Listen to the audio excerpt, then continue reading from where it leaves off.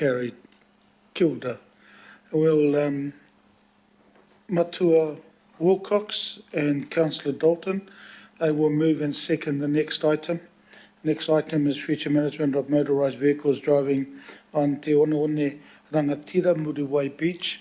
So I'll just invite the staff. When you come up here, tēnā kōrua, Stephen, Rawa ko Scott, when you come up here, I just want you to at least point out the staff that have been involved in regards to this, and it's been moved and seconded, so then I'll invite you to discuss the item. Kia ora, tēnā kōrua. Tēnā koutou. Thank you for the opportunity. I just want to introduce my team, Stephen Bell, alongside me, who's been a huge supporter on this program and actually be presenting the report today. But I've also have a couple of other colleagues, Rich Phillips, who's now the Principal Ranger in the Western Sector and will be overseeing the Muriwai, which sits within that team, and also have Jason McGuinness, the Principal Ranger for the Northern team, who's here to observe today. Thank you. I'll pass it over to Stephen.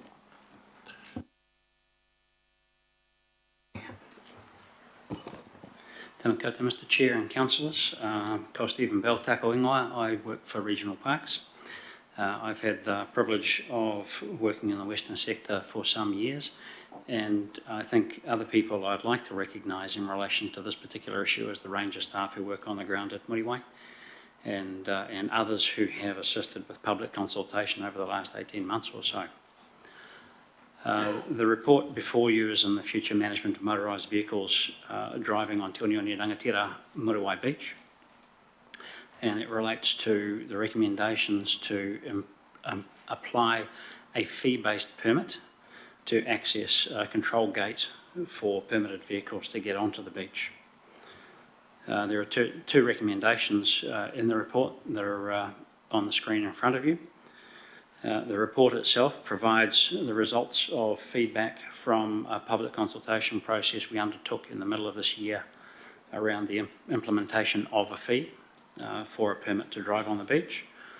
Of the 930 respondents to that survey, around 47% were in favour of a fee-based permit, with 44% who were opposed. So there was a bit of a balanced view there. We also asked a question around their comfort with paying a fee of up to $200, of which 60% of respondents believed that that was too high and would result in financial hardship and or access to the beach should remain free. A third option was put to them around a shorter permit period of time, and 62% of respondents disagreed and believed that there should not be a shorter period of time. It should remain at 12-month period. The report contains some background information on how we've got to here, and we've got a short PowerPoint presentation that we can work through to. Cool.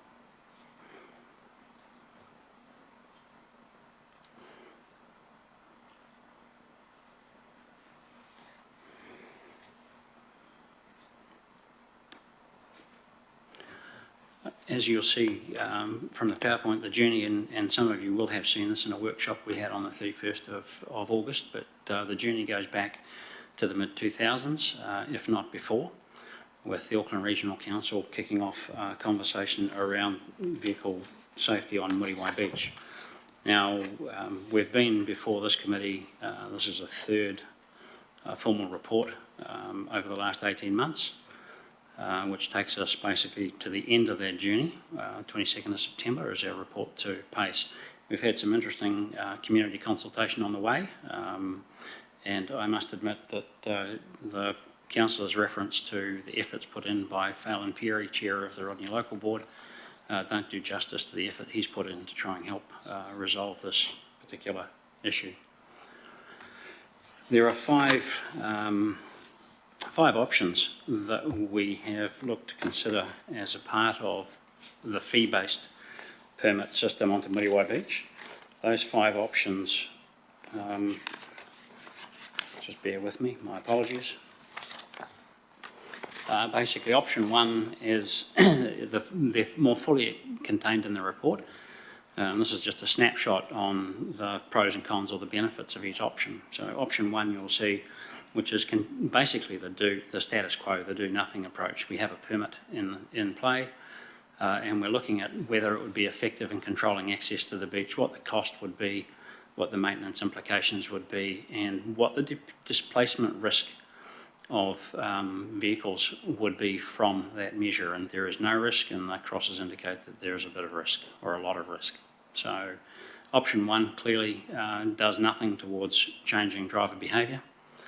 Option two, which is installing a monitoring system only at council cost, that again does nothing to control behaviour. It does have a cost implication for council, does have a maintenance cost implication, and on the bright side for the people at Wilson Road, doesn't actually create any displacement risk. Option three, which is the installation of a gate and feed paid permit, but not charge for the gate, will provide some effective measure in terms of controlling access at Coast Road. So it will modify vehicle behaviour there. It does have a cost to council, which we would recover or seek to recover the cost of the permit. Has maintenance implications and will create displacement to Wilson Road. Option four, which is similar, it's the installation of a gate with a fee to cover the cost of the permit, plus a fee to cover the cost of the gate over the life of that gate, would be effective on Coast Road to control access. The permit fee would seek to recover the cost of both the permit and the installation of the gate. The fee would also seek to recover the cost of maintenance associated with that gate. The negative is it will have a significant implication for displacement to Wilson Road. And option five is basically a deferral by this committee to a committee of the incoming council, which would have to consider the other four options but at a later date. So it effectively kicks it down the road. Officer's recommendations on this is option four. You'll note in your report there is also a table excuse me, touching risks and mitigations to those risks for your consideration. And there is also a report on the next steps that we will take, which, subject to the decision from this committee, would be to establish the cost of those the fees. So what is the cost of the permit itself, and what is the cost of the gate maintenance associated with that. We would continue to work across the council and its CCO, Auckland Transport, primarily because of the Wilson Road access point, and we would prepare a report to the Finance and Performance Committee in the new term of council for approval for the implementation of that fee.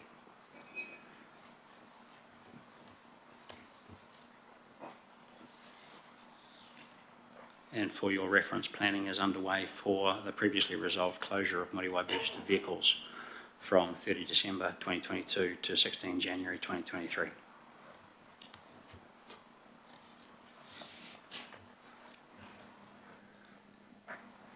Sorry.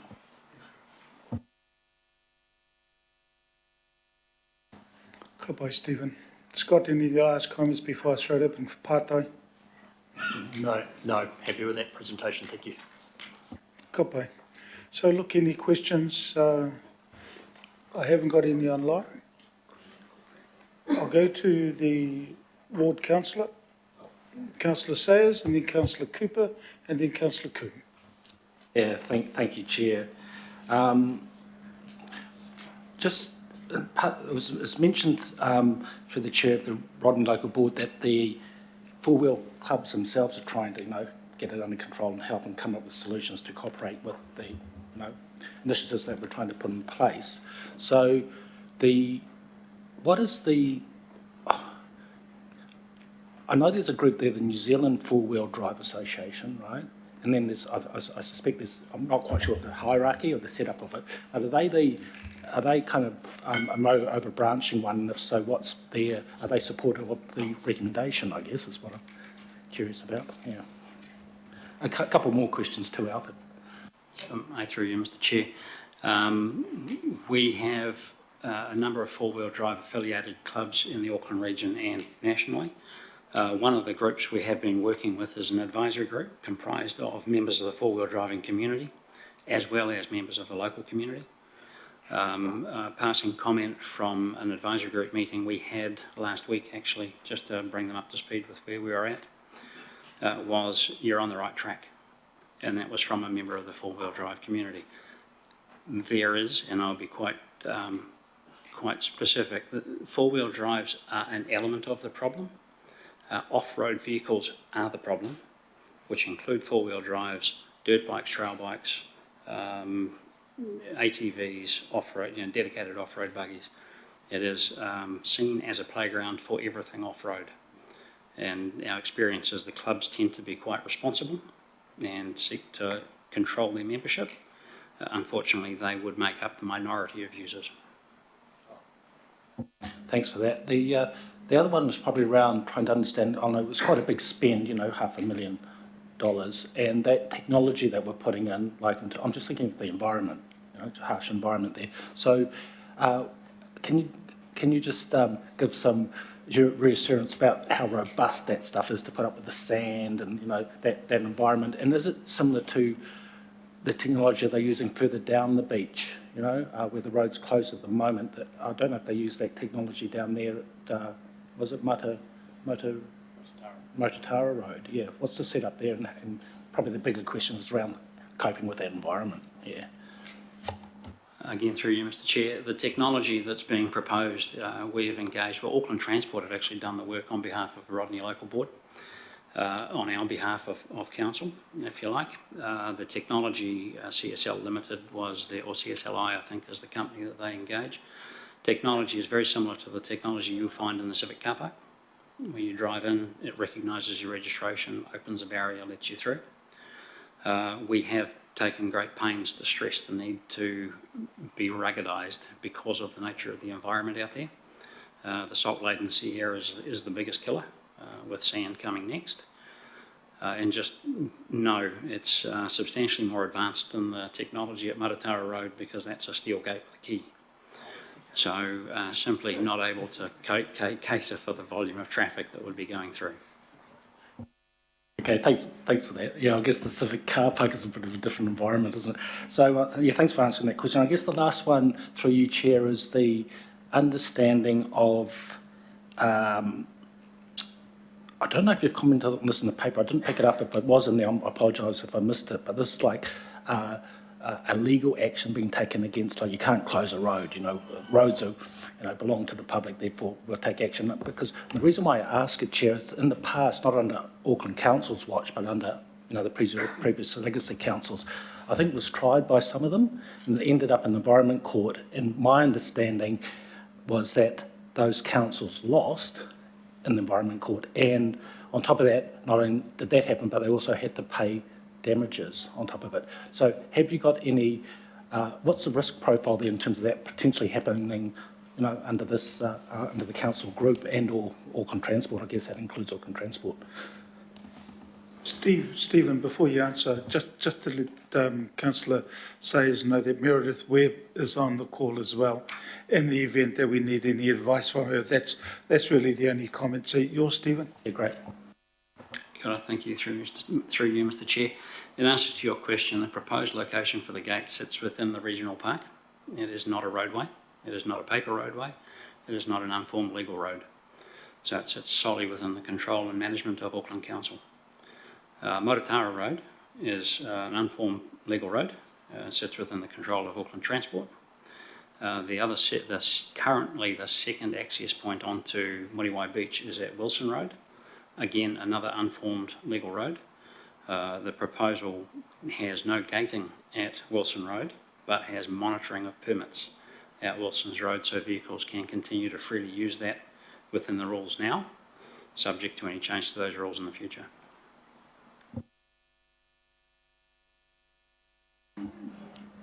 Thank you, Chair.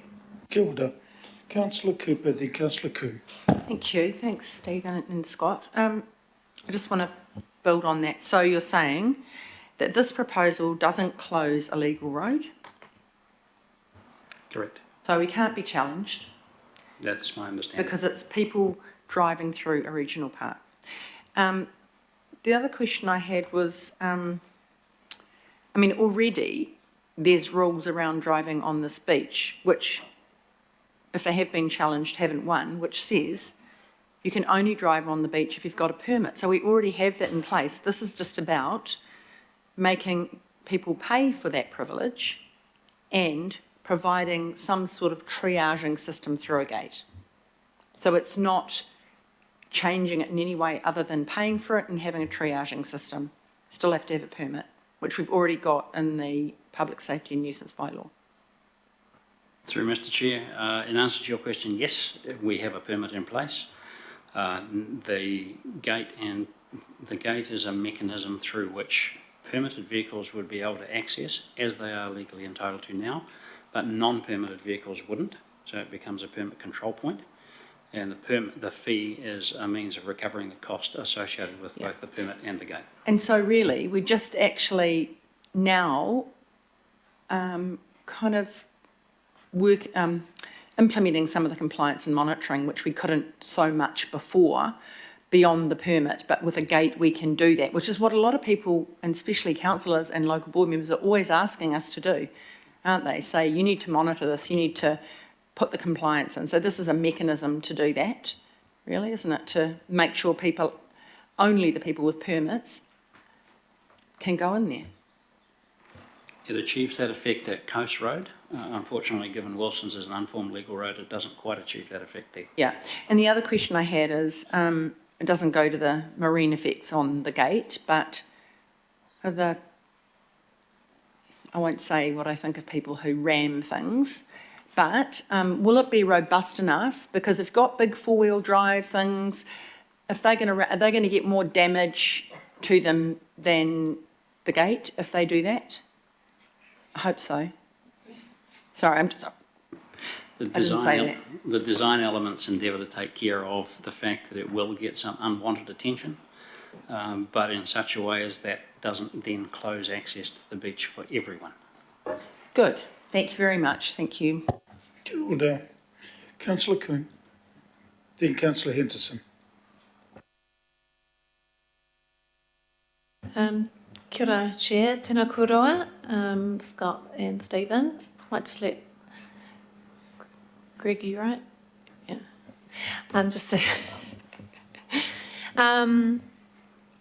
Just there's two partai. The first one is really just a clarification around A. Doesn't say the time frame. The report says it's going to be done in time for the season coming up.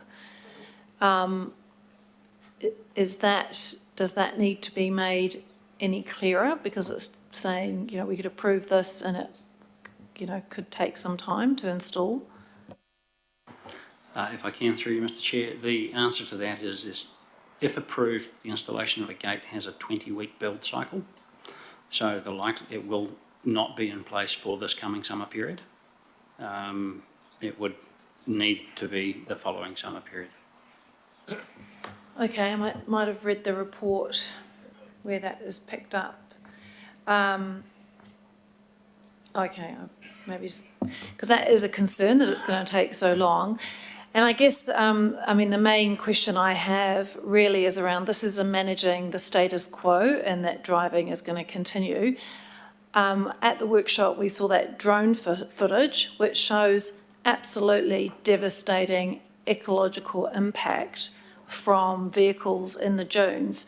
And there's really no mention of that in the report. It even concerns me that, say, under the climate impact statement, it doesn't acknowledge that if a significant storm came in and further, washed away the dunes, we're facing a crisis, and there's no sort of assessment of that level of risk and that we might actually need to take drastic action. And I'm glad to see C is there because I feel that is going to be the follow-up. But I would really like to understand what conversations are happening with the experts that know about the impact on the ecology, on the wildlife, on the birds, And what are they saying to us in terms of what we should be doing when we're faced with a ecological crisis and a major risk when it comes to climate and weather events, what we should actually be doing next, and why is it kind of missing from the report? Through you, Mr. Chair, when we presented the report to the governing body in September of 2021, we did engage with experts, coastal experts, in the development of that report. This is a continuation of the decision that was taken in 2021 around the control of vehicle access to the beach. And this report is really focused on establishing that control point and recovering the costs associated with establishing that control point. There is clearly a greater need to understand the overall ecological impacts up the beach. The regional park extends for the first 8 kilometres, and then there's basically coastal marginal strip and or private land for the remaining 37 odd kilometres of the beach. So there's a lot of work still to be done. What we're trying to do is establish control points to restrict vehicles to permitted vehicles only, and provide the opportunity to remove that access if somebody is seen behaving in a manner which they shouldn't be, which includes being in the back dune. Thank you. And so can I just ask who will be doing that reporting back and investigation under sea? Where's that going to go? I strongly suspect it could be us again, Councillor. It'll just go into the...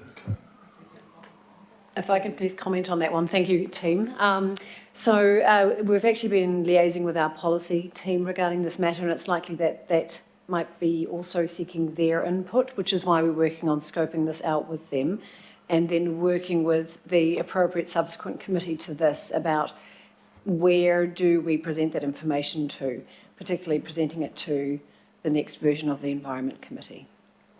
So we need to work with our policy colleagues on this as well. Thank you. Councillor Henderson and then Councillor Watson. Got Chair.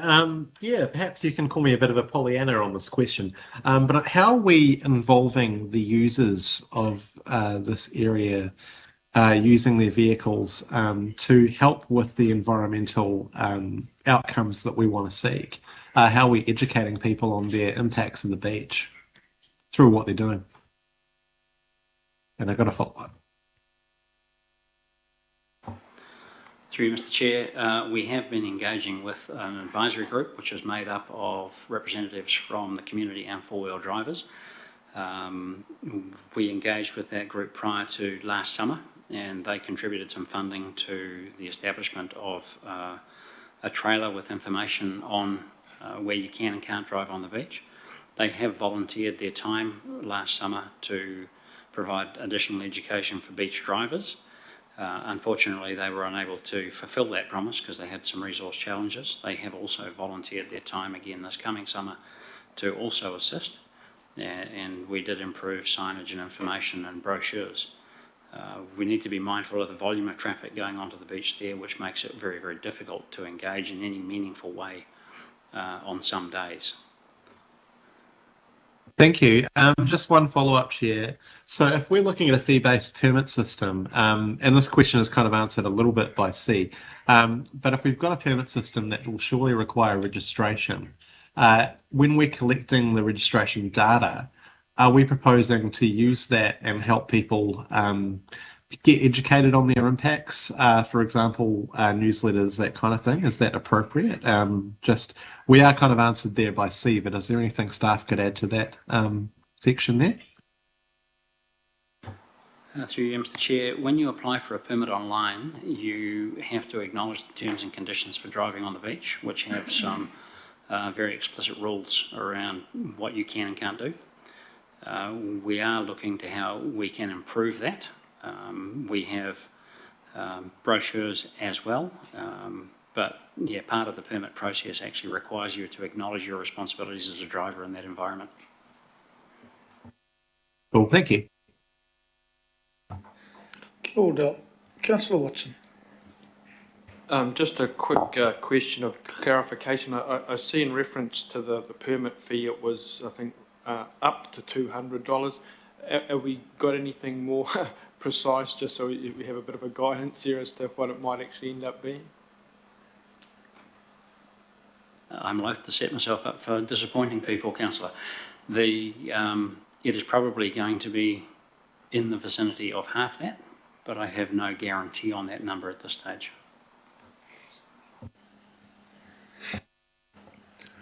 Ka pai.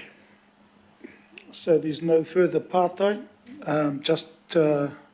Thank you. Tēnā korua. Can you please pass on to your team around this? And as you said and Phelan said, this has been a long journey. But hopefully through this, it's seen light at the end of the tunnel. Tēnā korua. So now that our staff have sort of moved back, I'm going to open it up for whakaaro. Any comments? And so, Matua Wilcox, and just to let you know, if you have a look at C, and people have mentioned it, Matua Wilcox worked with Samantha to get that particular recommendation. So I acknowledge you both to getting us to this particular point. Kia ora. Matua Wilcox. Just put, Chair, am I closing off this corridor? Because I'm the mover, I notice.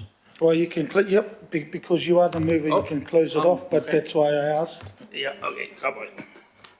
It's me and me alone. Well, so I'll wait for you. You'll be the last speaker because you can then close the debate. Okay. And so I'll go to Councillor Dalton, and then, as I said, because you're the mover, you'll close the debate. Kia ora. Councillor Dalton. Yeah, I'll go Kia ora, Chair, thank you. Yeah, Councillor Dalton and then Councillor Sayers. Thank you. Look, I just wanted to also thank Phelan for all of the work that he has done on this over the years, and also all of his service, as Councillor Cooper mentioned before. I'm really going to miss him, and I know that his local board area is going to miss him too. So thank you for that work, Phelan. Thank you to the staff. You know, going back to 2008, which is way before my time, it's been a huge journey for you, and I suspect that perhaps the light isn't at the end of the tunnel quite yet. It might be far from over, but we're on the right path. And I'm really happy to be able to have the opportunity to second C, which Matua Wilcox has put up there, and he's going to speak to that. But he has continued to compel me with everything that he talks about in terms of protecting our environment, bringing back the Māori of our water, everything around the area that needs to be protected for the future. And it's not a popular decision, is it, for a lot of people, but from my perspective, it is about doing the right thing for our environment and having that the end game in sight.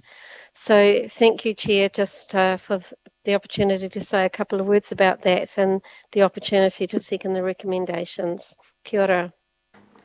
Kia ora. Councillor Sayers and then Councillor Cooper. Yeah, thank you, Chair. I wasn't going to make a comment, but just picking up on because at the moment that permit system's free, and obviously we're going to make a charge on it. The charge isn't going to be around the 200, but something significantly less than that. But that just prompted me to think that there are, probably shouldn't see that charging of this permit fee in isolation of other council charges. And what sprung to mind there was the swimming pools, where we, our policies around admission to the swimming pools, and we recover really a fraction of the costs of what it is to operate those pools. And similarly, more recently with our libraries, withdrawing, that we don't charge for the overdue books. Well, I suspect that that's being picked up by the general rates cost incomes. So, despite there being clear benefits for beachgoers, our Mirai Beach, I guess I'm just saying that we recognise in one department, the pools and the libraries, I've just recommended that that some of those costs are picked up through the general rates, but in this case we're picking out solely through this kind of user charges model, and I would have thought because there are benefits to more people in the beach, there are benefits to others as well, that a portion of that, what could have been considered about being picked up through the general rates. So I just wanted to comment on that. Thank you, Chair. Tope. Councillor Cooper. Thank you. And I think, a portion of this is picked up by the rates because we also have a regional park budget, which is actually we need more. We need more money for our regional parks. I'm going to advocate for that right now for next time because, but mostly that's for positive work, not having to fix willful damage all the time. I suppose for me, I will support this, but to be quite honest, if the general public saw the damage, this is a regional park. This is for everybody, not just a few people that like to smash it up. And I was appalled at some of those pictures I saw in our workshop, and I know there's some even worse ones. But our staff thought that would be too upsetting, but I think we're tougher than that. I do want to see them. I think if, that we've got an item next, it's a regional park management plan. And we heard from so many people that came in and spoke to us. They love the environment. They want it protected. They want to have recreation, but they want to have the kind of recreation that is in a synergy with the environment, not destroying it. They're very, very clear on that. What we're still going to allow is for people to come in and damage it. And yes, there might be people that don't, but that doesn't negate the damage that's done, and that's what concerns me. I think if some of our environmental groups, some of our recreation groups really saw some of this, they would be appalled, absolutely appalled. I'll tell you what, no one in my Piha community would tolerate people driving in the dunes and damaging them. No way. They've got people that restore the dunes there. That's what's really so sad here, that there's people, and some people even around this table, that are happy for that to carry on. It is not okay. It's not okay for penguins, seals, birds to be killed, for birds' nests to be damaged, which are often endangered species. So I think this is a first good step. I support it, but I'm really looking forward to the environmental report, especially on the degradation and the effect on our biodiversity and our endangered species. So thank you for all the work that's done. Sometimes you just have to do things in small steps, and eventually people will come along with you. Thank you, Mr. Chair. Kia ora. Councillor Henderson. Thank you, Chair. I was inspired by Councillor Cooper's korero to just have a brief contribution and say that I agree completely with what she has said. Throughout the discussion of this issue, in my time on council, I've always stood up with a few others to say, look, the dunes are too precious to be damaged and risked, and I really worry about the situations that we have at the moment. So this may be a first step. We'll see how it all goes, but also just acknowledging Phelan's courageous leadership on this issue. Thank you, Chair. Kia ora. Just my little sixpence before I ask Matua Wilcox to close. Phelan, when I got your email and you invited me to go out to Muriwai many, many years ago, and obviously that was one of the first things when I got the invite to go out there. I didn't like the walking, but I did, however, and you showed me along with Stephen and Scott and the team of our rangers out there, the damage that was being caused. So I thank you for that, because that opened up my eyes. It's a wee bit different listening to people say to you, look, this is the damage. And you go, yeah, okay, thank you very much, and do nothing. But seeing it yourself with the crew, I just want to say thank you for the invite, and also to the team to say thank you for taking me out there. I'm glad that it was a four-wheel drive, because it took my weight. So thank you so much. I'm going to ask Matua Wilcox. Matua Wilcox, you are the last speaker, so you will close this debate, and I will put the recommendation. Tēnā koe. Kia ora, Mr. Chair. Tuatahi tēnei te mihi kia kōrua Scott Rauko, Stephen. This has been a long kaupapa, and it's got a long way to go yet. And so I'd just like to thank you for your continuing kaha with this kaupapa, especially Scott. Gee, I think you've been doing this since I met you. So you've had to put up with me saying, no, I don't want any cars on the beach, I don't want any cars on the beach. And so in that, I'd just like to say thank you for continuing to do the work, and yourself, Stephen, as well. I'd just like to say that actually Phelan nailed it on the head today. It's not us that are paying for this, it's the environment. And, consistently the statutory board has been saying that we believe that there should be no vehicles and there should be more passive recreation along that beach. It's the birds that are unable to feed that are paying for it. It's the toheroa that can't reproduce that are paying for it. It's the plants that can't grow like the pingao. It's the accidents that Phelan's had to attend. And it's the whakawātea when people have died that I have to attend to. This is the real kōrero, and this is the real tragedy of Te One Ore Rangatira and Muriwai Beach. Further up in Auckland, inside the Kaipa Harbour, just opposite the heads, sits Tā Pura Beach, where not many cars go, and really is virtually the same environment, gets the same wind, gets the same birds. If you look at it, you can see what a good beach can look like. And so, that's what I've always wanted to see happen on our beach at Muriwai and Te One Ore Rangatira. And so this gate kaupapa, I support the gate kaupapa, even though I'm saying no. I support it because it's the start of a kaupapa. It's another start of a kaupapa. The permit was the first one. This is a very slow kaupapa, but the permit was the first one. Now we're getting to, actually we're going to start to try and control the numbers on the beach. But it's important, especially in sea, that we actually understand better what's happening on that beach, why it's happening, and come up with better solutions. My one is shut the beach, give the beach a rest.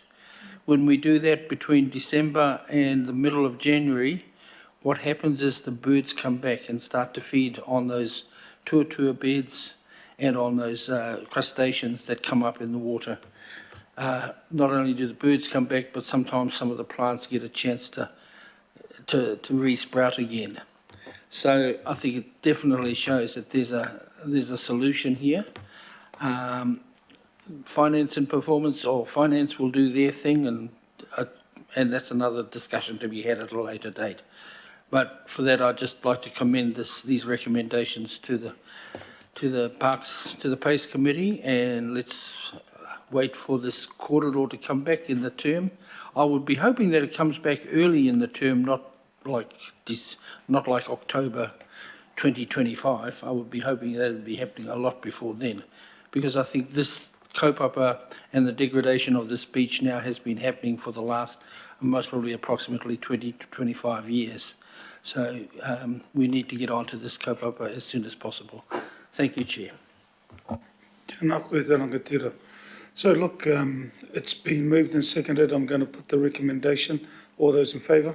Aye. Against? Aye. Carried. Okay.